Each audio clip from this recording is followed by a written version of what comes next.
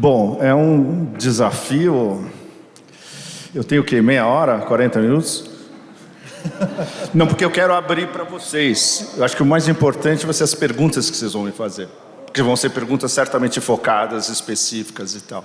Eu vou tentar dar um panorama do horror que está acontecendo no hemisfério norte atualmente. É onde eu vivo.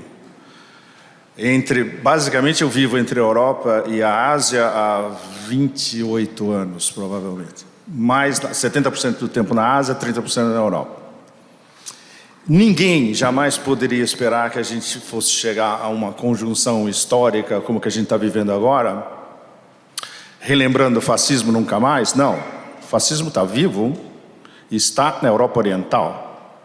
O fascismo está vivo na Ucrânia, na Polônia, na Estônia, na Látvia, na Lituânia, na Alemanha, em certas partes da França e da Itália também. É absolutamente aterrorizante você constatar isso quando você vê que a legitimação do fascismo nunca mais, que é o fascismo de hoje, vem de Bruxelas. Vem da Comissão Europeia, vem da União Europeia, representada pelo órgão executivo, que é a Comissão Europeia em Bruxelas, que é basicamente um bando de 28 mil burocratas que só pensam em se retirar com pensão total e sem pagar impostos. Eu tive não é nem desprazer, mas pelo menos foi uma aula de Realpolitik, de ver como funciona a Comissão Europeia por dentro. Bruxelas era uma das minhas bases. Depois da guerra contra o terror, a minha base europeia basicamente era Bruxelas. Eu voltava do Afeganistão, do Paquistão, via Dubai, ia para Bruxelas, dava uma volta, via o que estava acontecendo e voltava para o Oriente Médio.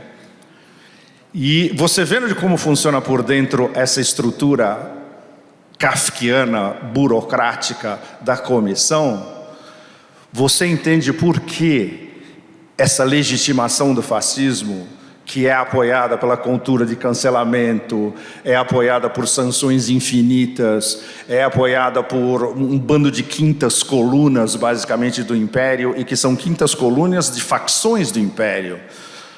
Eles nem sabem, por exemplo, quem tem mais voz dentro da Comissão e da União Europeia são os países da Europa do Leste, e os que gritam mais alto. Os que gritam mais alto são basicamente a Polônia e os 3 anões bálticos. Não estou criticando os anões, muito pelo contrário. Mas são anões geopolíticos com um papel conferido por Bruxelas muito acima da sua capacidade geopolítica e geoeconômica. E o caso da Polônia, que é um caso extremamente complicado, que tem uma série de ressentimentos históricos, uma aristocracia polonesa que ainda sobrevive, que é extremamente raivosa, literalmente. E essa semana a gente teve a confirmação do que eles querem no fundo dessa história toda. Eles querem recuperar a parte da Ucrânia que eles acham que é deles, fazia parte do condomínio lituano-polonês, digamos assim. Eles vão recuperar, isso a inteligência russa já sabia disso desde o começo. Eles querem recuperar 3 regiões no oeste e no noroeste da Ucrânia, para constituir uma grande Polônia, e são regiões que estão basicamente mortas industrialmente, mas é um sonho justamente de uma aristocracia decadente, raivosa e perdedora. E isso condiciona políticas da Comissão e da União Europeia. É uma loucura. Quando você vê, por exemplo, quais são os interesses da França e da Alemanha, em termos de interesses nacionais, dentro da Comissão Europeia, eles não são representados. Os que gritam na Europa do Leste querem e vão terminar levando tudo. Aí, dentro dessa clivagem dentro da União Europeia, tem a divisão entre os remanescentes que tentam uma defesa de interesses nacionais. Uma parte desse novo governo italiano, por exemplo, seja neofascista, subfascista ou criptofascista ou de extrema direita, não, nem tanto. O papel da Giorgia Meloni hoje é um papel extremamente complexo. Ela está comprando uma briga com os franceses, ela está expondo a herança colonial francesa na África. Ninguém na Europa teve as balls de fazer isso nas últimas décadas, por exemplo. Então, a clivagem interna da Europa, entre os países líderes, Alemanha, França e Itália, basicamente, ela está se acentuando cada vez mais. E depois de... A operação...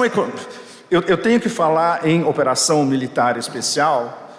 Eu gostaria de ter mais tempo de me estender com vocês sobre... Infelizmente não vai dar, mas eu vou dar as 3 razões principais que têm que ser repetidas no Ocidente o tempo todo. Por que a Rússia lançou uma operação militar especial contra a Ucrânia, não contra a Ucrânia, contra o governo ucraniano e contra o que o governo ucraniano em Kiev, desde Maidan em 2014, passando pelo Poroshenko e chegando ao Zelensky, estava fazendo e pretendia fazer com a população russófona do Donbass.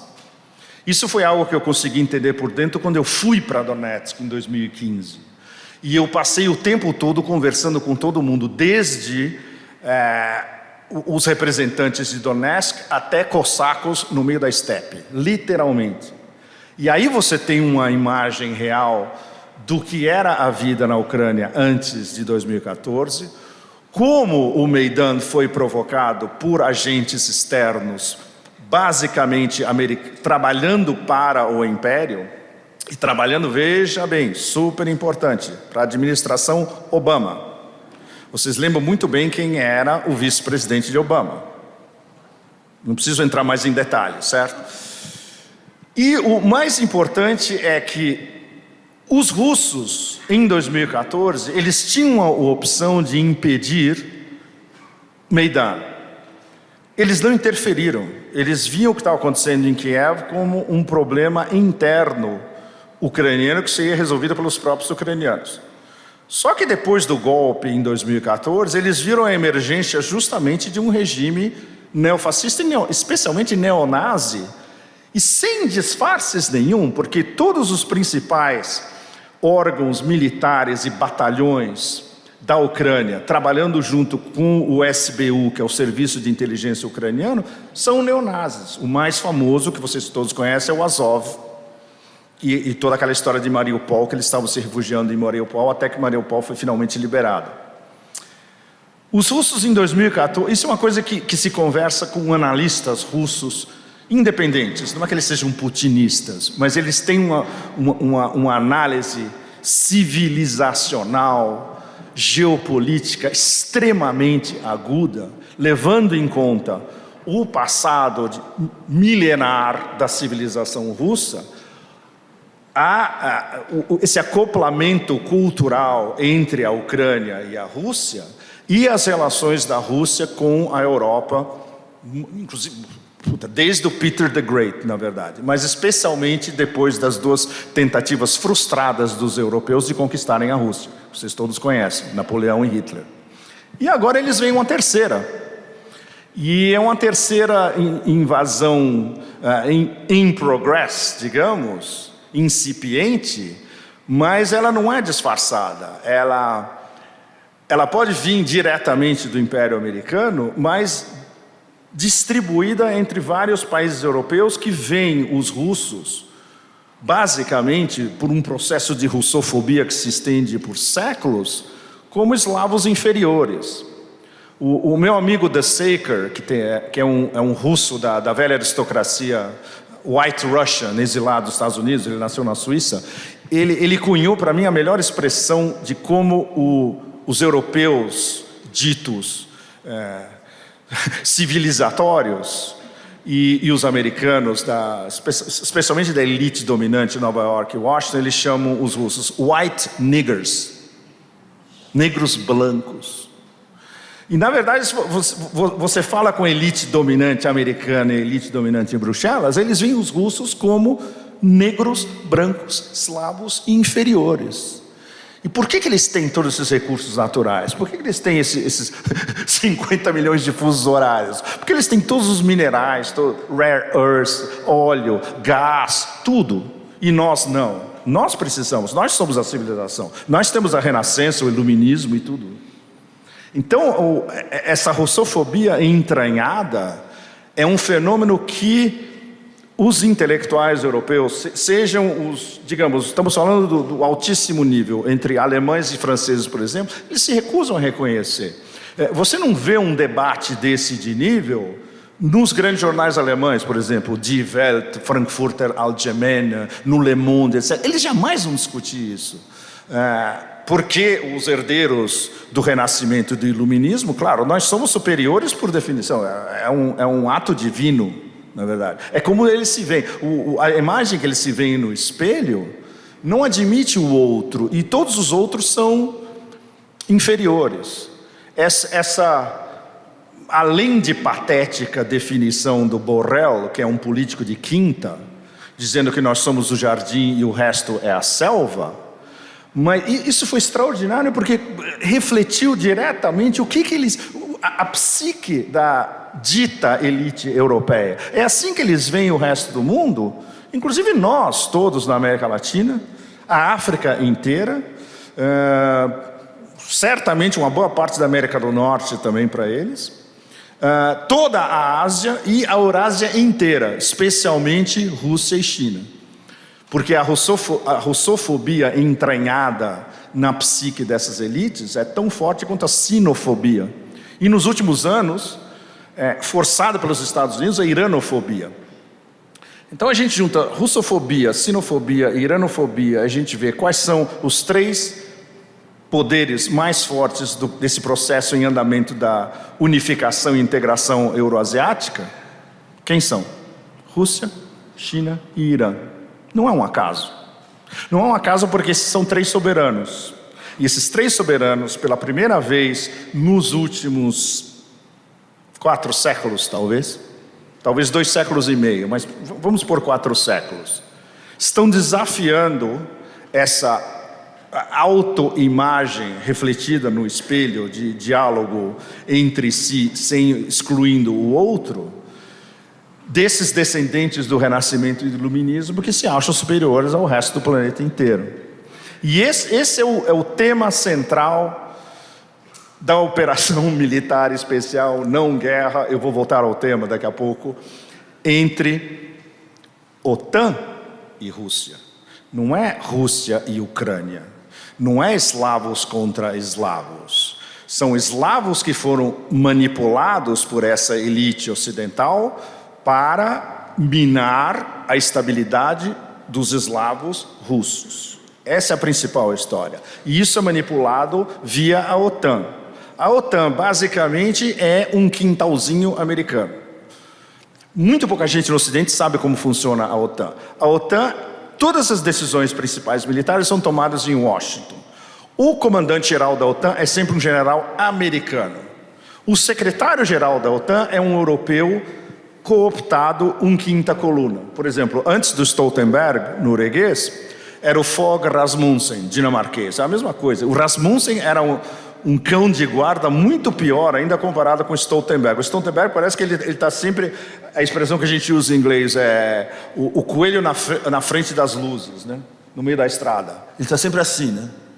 O Rasmussen era muito mais perigoso, porque ele era um guerreiro mesmo, não tinha nuances, inclusive.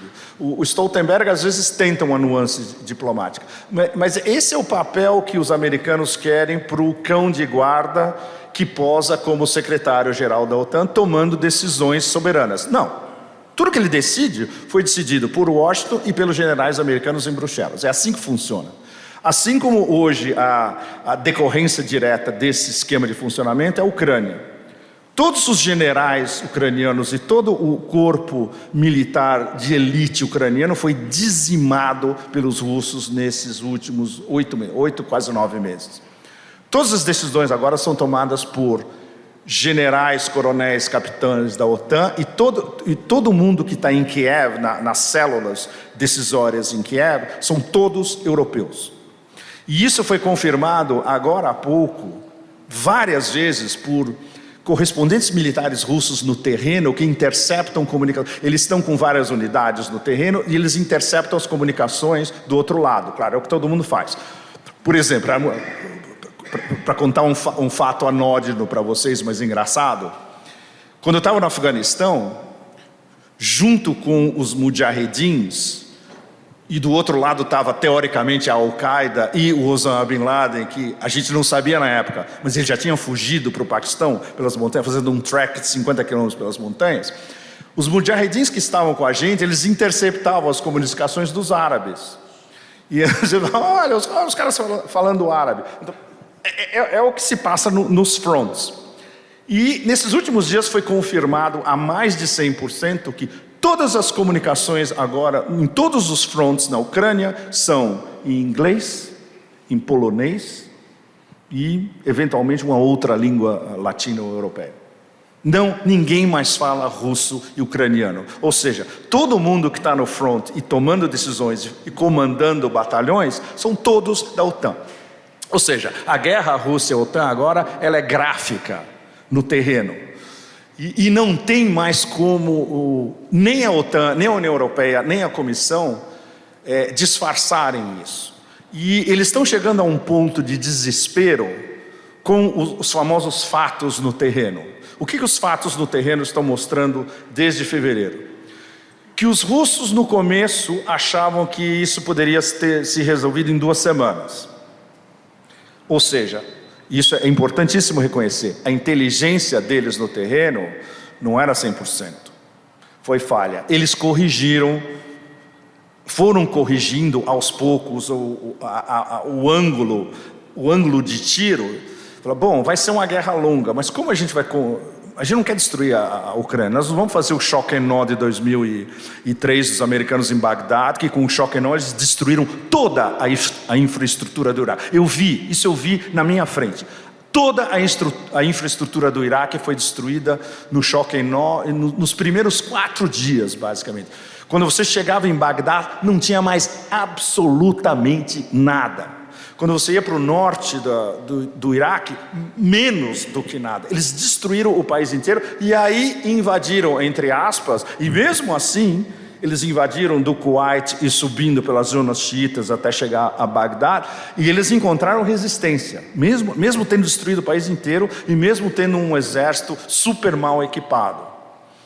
Os russos jamais iam fazer algo semelhante e repetir um esquema americano, especialmente numa guerra não provocada como no Iraque. Eles falam, bom, esses caras são nossos primos, nós não queremos destruir o país deles, a gente quer desmilitarizar os caras que trabalham para essa junta neofascista, fascismo nunca mais, neonazista em Kiev, e desnazificar esse sistema todo.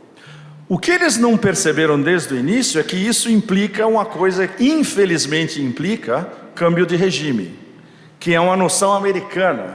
Mas no caso, a nazificação da elite política ucraniana e da elite militar pelos americanos desde 2014 foi um processo tão brutal e tão eficaz que não tem outra solução a não ser câmbio de regime.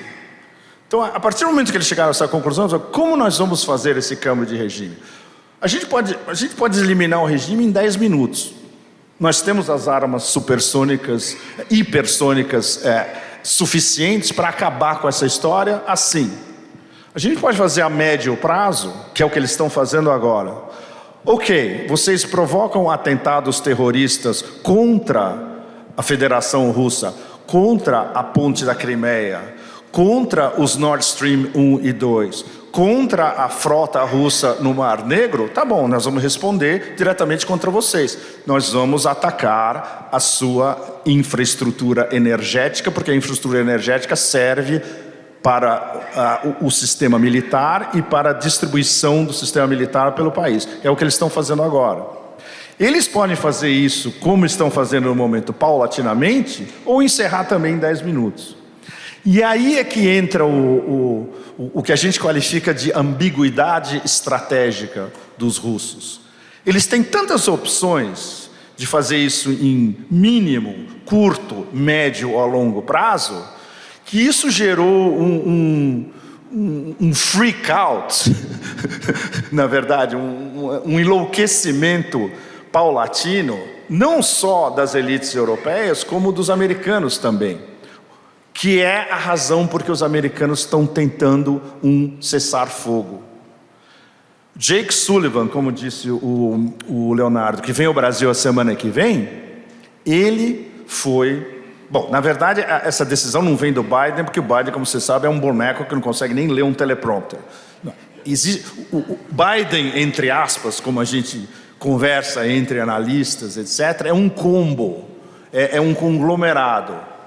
Entra a liderança do Partido Democrata, entra representantes pesados do complexo industrial militar em diversos silos, aí entra gente da CIA, entra gente do Departamento de Estado, entra gente do Pentágono, como é que chama? É estratificado e é fragmentado, não é um bloco.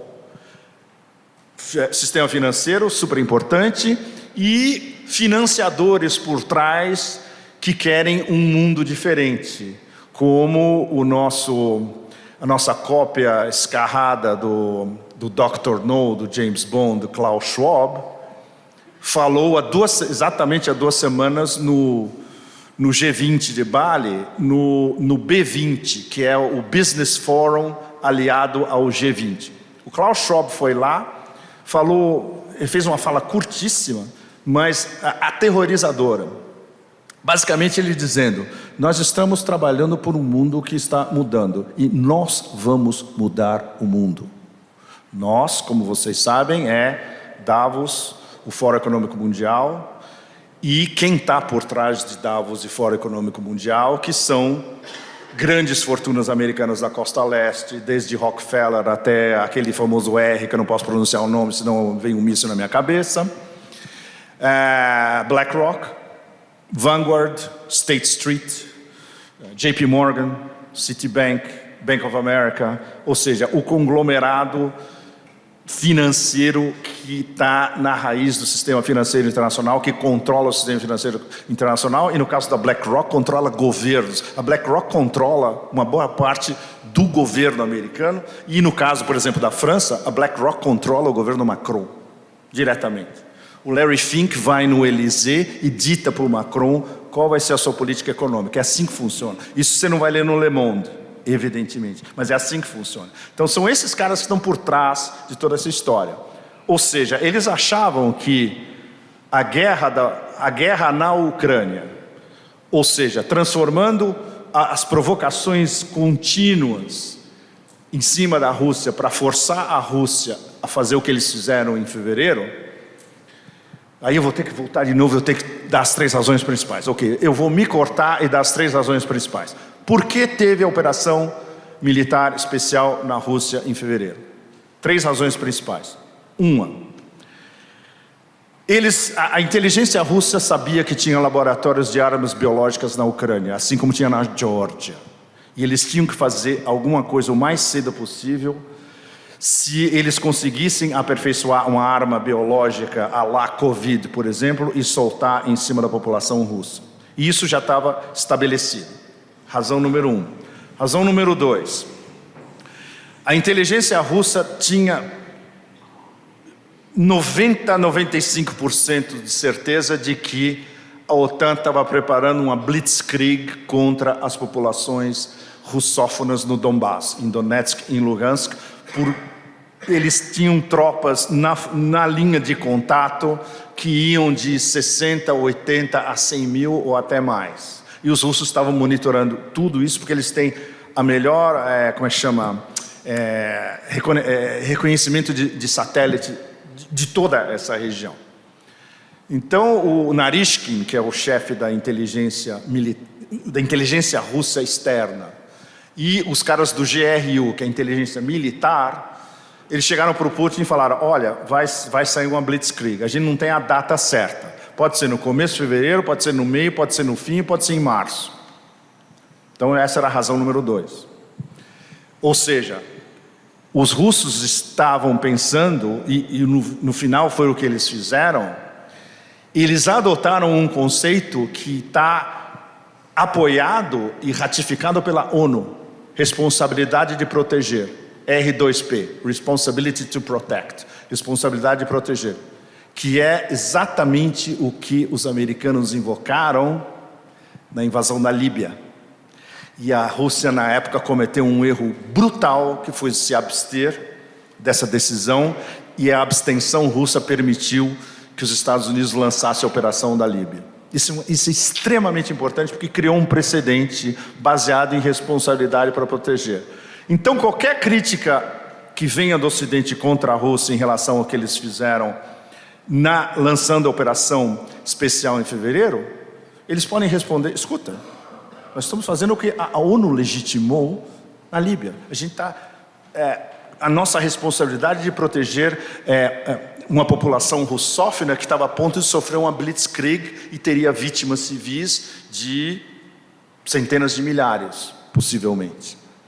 E a terceira razão, que parece algo anódino, mas é extremamente sério. No fim de semana, imediatamente anterior ao lançamento da operação especial, teve a conferência de Munique, onde Zelensky disse textualmente: a Ucrânia está pensando em renovar o seu programa nuclear. Do ponto de vista russo, isso não é nem... São 50 linhas vermelhas acumuladas. Então você junta essas 3 linhas vermelhas, eles tinham todas as razões suficientes para lançar... Por que eles qualificaram como uma operação militar especial? Porque não há uma guerra. Eles não foram para a Ucrânia para destruir a Ucrânia. Por isso que Putin, como é muito legalista, ele qualificou como desmilitarização e desnazificação, que é algo que pode ser entendido não só no universo euroasiático, mas inclusive no Ocidente. Mas é claro, essas elites europeias da União Europeia, da Comissão, jamais poderiam concordar com uma operação de desnazificação de um sistema que eles estavam erigindo, weaponizando, financiando e propondo como a grande luta de libertação do povo ucraniano contra o fantasma hitlerista russo, que é sempre a mesma retórica, né? Então, isso para dar para vocês o background principal do que isso está acontecendo. Agora, as repercussões nos últimos meses do fato de um país soberano como a Rússia lançar uma operação como essa e 87 a 88, 89% do planeta não condenou a Rússia, não demonizou a Rússia, não sancionou a Rússia, ou ficou em grande parte pelo menos neutro, que é a reação da maioria absoluta dos euroasiáticos, a não ser colônias russas, colônias americanas como Japão e Coreia do Sul e Singapura. Singapura, basicamente, eu morei em Singapura, eu sou um ex-residente. Singapura é um porta-aviões americano no sudeste da Ásia, basicamente. É um entreposto do capitalismo global entre países muçulmanos, entre Malásia e Indonésia, que segue interesses basicamente americanos e ingleses e tenta mais ou menos coordenar para não antagonizar a China a um ponto irreversível, mesmo porque a maioria da população é chinesa. Mas é um papel extremamente ambíguo. Então Singapura sempre se alinha com o Ocidente e é como se fosse um porta-aviões avançado do Ocidente no meio do sudeste da Ásia. É um papel extremamente complexo. Então, fora esses, todos na Eurásia entenderam a argumentação russa, a América Latina praticamente inteira, a África praticamente inteira, ou seja, o Sul global entendeu o que está em jogo, porque a maneira como os russos diplomaticamente tentaram explicar para o Sul global o que está acontecendo é isso: olha, essa é a revolta de um soberano contra o mundo unipolar. Agora a gente tem as condições de se revoltar e botar nossas cartas na mesa e desafiá-los frontalmente. A gente tem os recursos naturais, a gente tem o exército, a gente tem armas hipersônicas e a nossa economia está suficientemente forte, que não estava em 2014. Então a gente pode fazer agora que a gente não pôde fazer em 2014. E é isso que foi entendido pelos chineses, pelos iranianos, pelos indianos, pelos paquistaneses, pelos africanos, por muitos na América do Sul, certamente. Ok, então se você... A condição da sua soberania é você recusar o mundo unipolar frontalmente, mas e se você não tem os elementos para isso? É justo aí é que entra essa reorganização do mundo via as instituições que foram criadas nesses últimos anos pelo sul global, basicamente. Pelos russos, pelos chineses, no caso do Brasil, pelos BRICS.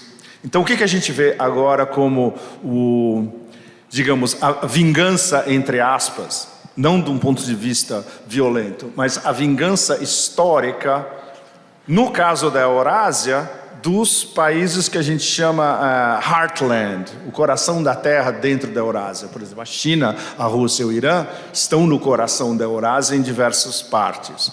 E no sul global como um todo, pelos últimos, vamos dizer, 250 anos de dominação. A dominação ocidental não é desde 1500. Ela vem desde o meio do século XVIII. E isso, os melhores analistas das últimas décadas, um dos quais, o meu favorito pessoal, que é o André Gunder Frank, explica em detalhes que por uma série de aproveitamentos históricos de exploração de riqueza do sul global, do século XVI, XVII, XVIII, isso permitiu essa expansão do Ocidente, a ponto do Ocidente controlar o planeta inteiro, depois por 2 guerras mundiais, chegando ao Império Americano, que no fim da Segunda Guerra Mundial controlava 50% do PIB do planeta. E eles achavam que essa expressão, como a gente fala em inglês, free lunch, esse almoço de graça, ia durar eternamente. Acabou o almoço de graça. E isso, para as elites imperiais, é além de qualquer anátema. E eles agora só estão começando a perceber, com os seus cavalos de Troia na Europa, depois de alguns meses do desenvolvimento da Operação Econômica Especial, e o fato de que a Rússia tem N possibilidades de, desde acabar a guerra agora, como prolongar essa guerra durante anos e não ser afetada por isso. A economia russa não seria afetada, as exportações de petróleo e gás, pelo contrário, estão subindo, porque os clientes asiáticos, todos eles querem, e muitos europeus estão comprando petróleo e gás por vias paralelas dos russos também, né? Mas tem outros 2 temas acoplados a isso, o fato de que a Rússia a longo prazo não seria afetada, a humilhação da OTAN. Está sendo provado graficamente que a OTAN, jogando todo o poder econômico que eles têm, todas as armas que eles têm, todos os excessos de armas que eles têm, por exemplo, eles esvaziaram os depósitos de praticamente, os excessos dos depósitos de praticamente quase todos os países membros da OTAN. Tem um pouquinho de sobras ainda de França, Alemanha e Itália e talvez da Espanha, que poderia durar mais 2 ou 3 meses. Eu estou vendo. É complicado, porque em 40 minutos... Bom, ok. Essa humilhação da OTAN agora está começando a cair a ficha, não só nos europeus, como no Partido Democrata e em setores do Deep State americano, do complexo industrial militar. O que explica justamente esse desespero deles agora de vamos fazer um cessar-fogo. Os russos não estão interessados num cessar-fogo. Eles já falam, o único cessar-fogo que existe é esse sistema se desmilitarizar, que é o que a gente está fazendo, se desnazificar e as condições que nós ditamos. Fim da expansão da OTAN, o retorno da OTAN às suas margens originais do fim do milênio, do fim dos anos 90, um compromisso por escrito de tudo isso. Não adianta ter compromisso por escrito, porque como os euroasiáticos veem o Império Americano, e isso não são só os russos, os chineses têm a mesma percepção, os iranianos, os paquistaneses, até os indianos, os turcos, é um império que eles chamam de non-agreement capable, incapaz de qualquer acordo. Vocês todos sabem que o império é especialista em quebrar acordos. Uma das principais quebras foi o acordo nuclear uraniano, que o Trump chegou um dia e rasgou, literalmente, sem prestar a menor atenção nas repercussões possíveis. E é um acordo da ONU, ratificado pela ONU, ou seja, os Estados Unidos, a ONU, o máximo que está em Nova York. Se está em Nova York, nós controlamos. É assim que funciona a ONU, basicamente. Então, o secretário-geral tem que, Guterres atualmente, tem que ser subordinado. E se sair um pouco do esquema, é jogado para fora. Então, a humilhação da OTAN, o fato de a economia russa estar resistindo, o fato de que o sul global inteiro ou é neutro, ou não condenou, ou não sancionou a Rússia. E, pior ainda, a emergência dessa parceria estratégica entre a Rússia e a China, e agora não é só Rússia e China, tem Rússia-China, tem Rússia-Índia, tem Irã-China e tem Irã-Rússia. São 4 parcerias estratégicas simultâneas avançando na mesma velocidade. Isso é um negócio absolutamente inimaginável para os americanos. Talvez há 6 meses atrás eles não poderiam imaginar algo assim. E o principal, que é o que nos interessa em termos de sul global, que é a emergência desse arcabouço institucional que está convergindo cada vez mais. E aí entra os BRICS, que agora vão virar BRICS Plus, a partir do ano que vem. O Lavrov já confirmou que tem uma lista de pelo menos 12 países que estão loucos para entrar, fora a lista dos que vêm na sequência, que inclui vários sul-americanos, vários, tem 6 ou 7 países da América do Sul, justamente, e no caso do Brasil, da Argentina, a Argentina a primeira lista é Argélia, Argentina e Irã. Se esses 3 entram o ano que vem, vai vir uma vaga de oeste da Ásia, América do Sul e norte da África. Todos esses já são candidatos em potenciais para os BRICS Plus. Tem a OPEC Plus, que é a OPEC mais Rússia, onde a Arábia Saudita aliada com a Rússia agora está ditando como funciona o mercado de petróleo internacional. E a Arábia Saudita, numa reviravolta absolutamente inimaginável, que a gente achava que só ia acontecer se acontecesse no final do século, já está acontecendo. Os chineses, um dia eles vão chegar em Riad e vão falar para os sauditas: bom, a partir de agora a gente vai comprar tudo de vocês, a gente vai pagar em yuan. E os sauditas vão dizer: ok. O que o Império vai fazer? Vai fazer um choque enorme em cima de Riad? Câmbio de regime em Riad? Bombardear a Arábia Saudita? Bom, eles poderiam fazer isso, mas aí eles têm todo o Oriente Médio contra eles, mais do que está agora. E o Oriente Médio já está se destacando dos Estados Unidos aos poucos também. Então eles estão perdendo o heartland, o coração da terra dentro da Eurásia. Eles estão perdendo o oeste da Ásia. Eles perderam a África. O que a China e agora a Rússia entrando em várias partes da África, por exemplo no Mali. Os franceses estão perdendo o que sobrou do colonialismo francês na África. Os russos estão penetrando na África não só militarmente, mas querendo fazer deals também. E os chineses, que estão em 38, 40 países fazendo comércio com a África há mais de uma década e meia pelo menos, e estão perdendo a América do Sul, estão perdendo a América Latina inteira. E no caso do Brasil, eles têm uma séria possibilidade, daí outra das razões para o Jake Sullivan vir aqui a semana que vem, na condição de pedinte. Você imagina o assessor de segurança nacional dos Estados Unidos vem ao Brasil não para ordenar, como ele foi a Kiev há algumas semanas atrás, ordenar um cessar-fogo em cima dos Zelensky, dizer: agora você vai fazer o que a gente quer e os russos vão se retirar de Kherson e você não vai atirar uma bala contra eles, porque a gente quer fazer um deal com eles. E você está no meio, e você vai ter que respeitar o que a gente está falando. O Jake Sullivan vem ao Brasil porque ele quer pedir coisas muito sérias do governo Lula. E ele sabe muito bem que o governo Lula, se o Lula seguir o seu faro natural, o Brasil vai ser um dos líderes do BRICS Plus. E vai ser um dos líderes do Sul Global em toda essa integração, coordenando a América Latina praticamente inteira, que o Brasil tem condições de fazer isso, e inclusive influência brasileira na África também.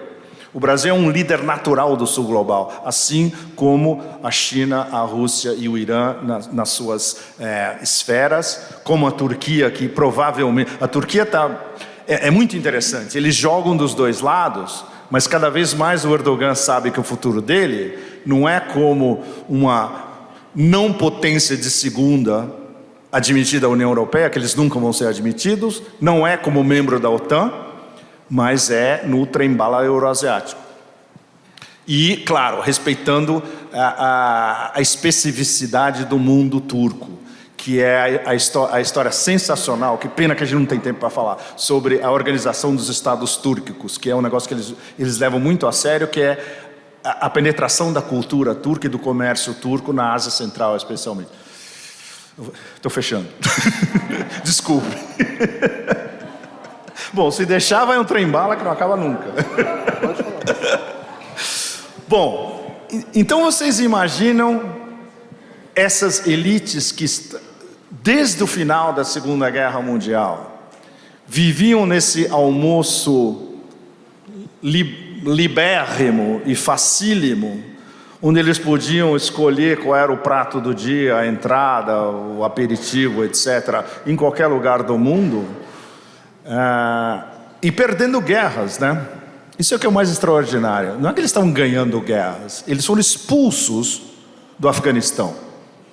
Eles perderam uma guerra por procuração na Síria. Eles destruíram a Líbia, mas eles perderam o apoio da África praticamente inteira. E eles agora estão perdendo uma guerra direta, frontal contra a Rússia na Ucrânia. Nenhum império segura um negócio desse. Que é o tema X militar, é a humilhação progressiva da OTAN, que está chegando a um ponto, do ponto de vista deles, inominável. E não vai ter como você salvar a aparência da OTAN como uma organização... Ok, Tratado do Atlântico Norte, mas o que vocês estão fazendo no Afeganistão? O que vocês estão fazendo na Ucrânia? O que vocês estavam fazendo na Líbia? Não tem o menor sentido. Há anos eu chamo a Ucrânia de Global Robocop. Eles se acham o Robocop planetário. E se eles tivessem a chance de interferir na América do Sul, sem dúvida. Eles interferem na África, mas de longe, é via o AFRICOM, que é o Comando Africano do Pentágono, que basicamente é um OTAN para a África. Mas eles não conseguem, eles não têm poder de penetração e eles não têm como lançar uma guerra ilegal e unilateral, como a OTAN sempre faz, no continente africano. Eles já iam perder desde o começo. Na Ucrânia é diferente, porque eles cultivaram esse sistema na Ucrânia, como eles estavam cultivando a Geórgia, mas a Geórgia é muito pequenininha. E a Geórgia em relação à Rússia é uma coisa... A Ucrânia é diferente, a Ucrânia são realmente primos. A história dos dois está interligada a um milênio, basicamente. Daí o fato do Putin, quando ele sempre se refere à Ucrânia, e Lavrov, Putin, todo o pessoal, o Silovik, né, os funcionários do sistema militar, político, etc., eles se referem à Ucrânia como, puta, são os nossos primos, olha o estado que eles estão, a gente tem que resgatar esses caras para uma vida normal. É basicamente, o X da questão da operação é essa. Mas a Europa vê como, evidentemente, essa é a Europa, nós somos o jardim e vocês todos são a selva. Eles são muito bons, como os americanos, eles são muito bons de narrativas. E eles têm um soft power ainda no mundo inteiro. Mediático, cultural, de diversas inteligências. E eles tentaram vender para o planeta inteiro que é uma guerra da liberdade do povo ucraniano contra o novo Hitler russo. E não colou. Basicamente não colou. Porque as pessoas, não só as pessoas, os cidadãos em diversas latitudes, como as próprias elites, eles olham o que está acontecendo no terreno, eles olham a configuração do sistema em Kiev, eles olham esses batalhões neofascistas e neonazis, eles olham a tortura de presos militares russos até a morte por comandos ucranianos, eles dizem, opa, isso não é exatamente uma luta da democracia contra o fascismo russo, de novo. Que Basicamente, quando você vê o Ocidente contra a Rússia, volta sempre a mesma história, e carregada de russofobia. E os chineses perceberam isso como um balão de teste do que pode acontecer com eles em relação a Taiwan. Como Taiwan pode ser instrumentalizada pelos Estados Unidos para tentar fazer com a China o que eles estão tentando fazer com a Rússia. Daí o fato de que a diplomacia chinesa, que é de uma sofisticação extrema e é extremamente reticente em ser agressiva, eles são passivos, eles tentam sempre uma não confrontação, mas eles têm os valores deles muito bem posicionados. Eles não poderiam publicamente tanto apoiar a operação russa quanto denunciá-la. Então eles ficam num jogo ambíguo de yin e yang que desconcerta mais uma vez não só os europeus, que precisam fazer business com a China e não podem antagonizar a China, como os americanos, para quem a grande ameaça existencial, e isso está na doutrina de segurança nacional deles, não é a Rússia, é a China. E isso é uma coisa bipartidária nos Estados Unidos, tanto democratas quanto republicanos. E toda a elite, eles falam, o nosso grande competidor é a China. Por isso que eles estão tentando, vamos mudar o tema, vamos mudar a conversa. Por isso que agora você já vê, nessas instâncias decisórias nos Estados Unidos, vamos fazer um cessar-fogo. Vamos conversar com os russos. Manda o Jake Sullivan conversar com o Patrushev. Tá nesse ponto, que é o ponto do desespero, porque eles querem mudar a narrativa para entrar de cabeça na guerra do século XXI, que é a guerra dos Estados Unidos contra a China. Então, tudo isso que a gente está conversando foi acelerado pelo que começou a acontecer em fevereiro. O que está gerando um mundo que, ao mesmo tempo, está em desestruturação completa, para paráfrase do Gramsci, de novo, né? A nova ordem não morreu, a nova ordem está morrendo, e agora em ritmo acelerado. E a nova ordem não surgiu ainda, a nova ordem está começando a surgir. É onde entra essa integração dos BRICS, esses futuros BRICS Plus, a Organização de Cooperação de Xangai, onde os principais são Rússia e China, mas tem Índia e Paquistão e Irã também. É o Banco de Desenvolvimento Econômico das Rotas da Seda, o AIIB. É o Banco dos BRICS, o NDB. É o sistema, como os russos veem toda essa integração, que oficialmente na Rússia se chama Grande Parceria Euroasiática. Isso é o que a inteligência russa conceitualizou, botou na mesa do Putin e o Putin aprovou. Que é o que ele estava já falando desde 2007, ou seja, 7 anos antes do Maidan na Ucrânia. O Putin chega em Munique, naquele famoso discurso dele em Munique em 2007, fala: eu acho que a gente deve criar uma grande área de comércio, de entendimento, de cooperação, de Lisboa a Vladivostok. Ninguém na Europa prestou atenção. Os chineses prestaram atenção. O que os chineses fizeram em 2013? O ano que vem é o 10º ano. As novas rotas da seda, que é a mesma coisa, só que em vez de Lisboa a Vladivostok, é de Xangai a Lisboa. É exatamente a mesma coisa. É uma integração euroasiática baseada em comércio, conectividade. Por isso que o conceito é as novas rotas da seda. Porque as diferentes rotas da seda, através dos séculos, eram focos de troca comercial, mas troca cultural, troca de religiões. O budismo, por exemplo, começou a penetrar pela Ásia Central por causa da Rota da Seda, por exemplo. Então, como os chineses, claro, os 5.000 anos de história sempre pesam o tempo todo, claro, nós vamos fazer, no auge da dinastia Tang, eram as Rotas da Seda. Nós vamos fazer uma dinastia Tang 2.0. Só que agora, em vez de camelos, são trens-bala, que a gente já construiu mais do que o planeta inteiro. Então, essa ideia que eles estão vendendo não só para a Eurásia, mas como para o resto do mundo, e está todo mundo comprando. Os africanos compraram, o oeste da Ásia inteira comprou, uma parte da Europa comprou, os alemães já tinham comprado antes de entrarem nessa política suicida deles de se suicidarem por falta de fontes de energia. E aí os dois pontos principais da crise energética. O X da questão do desenvolvimento europeu nas últimas décadas, duas razões. Energia super barata, que antes vinha da União Soviética e depois vinha da Rússia. E, no caso da China, compra de matérias, de produtos manufaturados chineses a preço baixíssimo. Então, isso é a prosperidade do Ocidente, é baseada basicamente no quê? Num processo envolvendo Rússia e China. E eles não têm substituição para nada disso. Daí o desespero adicional. O que a gente vai fazer? Vamos desembarcar na América Latina e recolonizar a América Latina inteira? Não, também não vai rolar.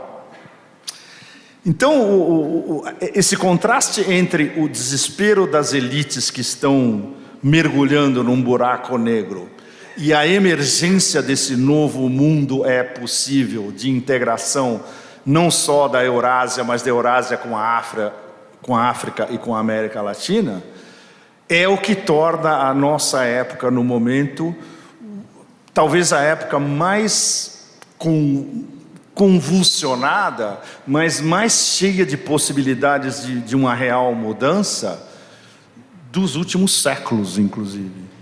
Pode ser, talvez, o início de um renascimento 2.0. Pode ser, é um cenário provável e já estudado pelo Pentágono, pelos russos, pelos chineses, o prenúncio de uma terceira guerra mundial, porque vai haver uma clivagem brutal entre esse pequeno mundo reduzido OTAN e o resto.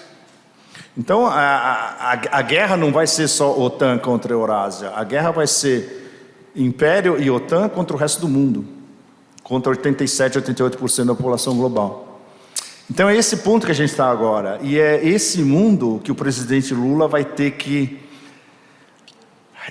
agir como um protagonista, ele não pode ser puxado por ninguém. E é isso que a gente espera, que ele tenha a visão de entrar nesse mundo em decomposição e informação, e como um mensageiro dos deuses, um novo Hermes, né, no meio dessa história, ele possa fazer uma união desses dois mundos, o buraco negro e a ascensão, mas a ponto que ele não consiga deixar as elites americanas ainda mais iradas e perplexas do que elas estão no momento. Brilhante.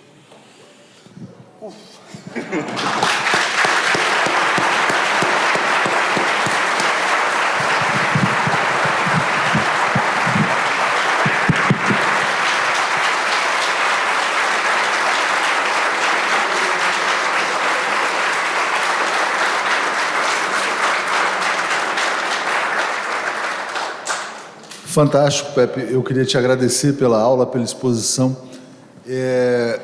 Só fazendo um comentário adicional, falando com o Celso Amorim recentemente, e ele dizia: o momento atual do mundo é muito mais difícil do que 2003, quando Lula tomou posse pela primeira vez. Naquele momento era a formação do mundo multipolar e os Estados Unidos totalmente ocupados com a guerra ao terror, sem olhar muito para a América Latina. Hoje o mundo multipolar é essa realidade que o Pepe acabou de descrever. A amizade sem limites Rússia-China, essas várias parcerias que você mencionou, Índia, Rússia, China, Irã, etc. Os BRICS se expandindo, o novo sistema de pagamentos se formando, que aliás é o tema da coluna mais recente do Pepe que a gente publica. E o presidente Lula, na verdade, como esse grande protagonista com um pé nos dois mundos, né? Porque o Brasil é parte das Américas. O Brasil, na visão dos Estados Unidos, é o quintal, né? É o quintal do Império. E, ao mesmo tempo, o Brasil tem relações muito sólidas que avançaram nessa relação Sul-Sul, especialmente com a China também, uma parceria global, estratégica. O Lula vai ter que ter muita habilidade nesses anos que se iniciam. E o que o Pepe falou no final também achei muito interessante. O Brasil não pode se deixar puxar por nenhum dos blocos, né? Como é que o Brasil vai ser um país soberano só com soft power? Porque o Brasil não tem capacidade militar de se colocar como um país efetivamente soberano.